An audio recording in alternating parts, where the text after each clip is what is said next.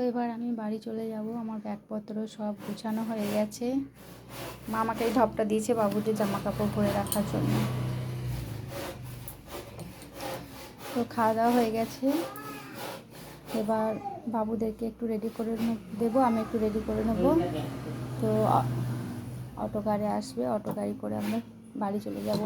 অনেক দিন থাকলাম, তাও 15-16 দিন থাকা হলো, আর থাকা হবে না। আমার মনের পড়াশোনা বন্ধ হয়ে আছে। বাবার বাড়িতে বেশি দিন থাকা এখন নিয়ম নাই, কেননা বাবার বাড়িতে যত কম থাকবো ততই ভালো। আমার বাবার বয়স হয়েছে, এখনও কাজ করছে এরকম।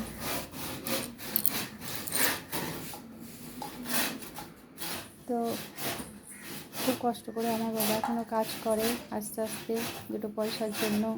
বাড়ি ঘরও খুব ভালো ছিল আমাদের এই বাড়ির ঘর, তো বাবা আবার ভেঙে ছাড় দিয়েছে, এখন মেরামত করতে পারছে না। প্রচুর কাজ আছে বাড়ি মেরামত করার।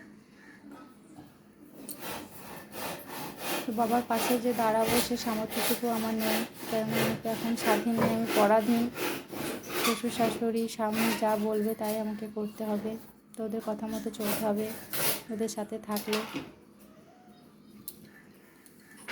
বাবার যদি কিছু খেতে ইচ্ছা হয় আমি নিয়ে আসি, বাবাকে দিই, এটুকুই, তার বেশি আর কিছু সাহায্য করতে পারি না।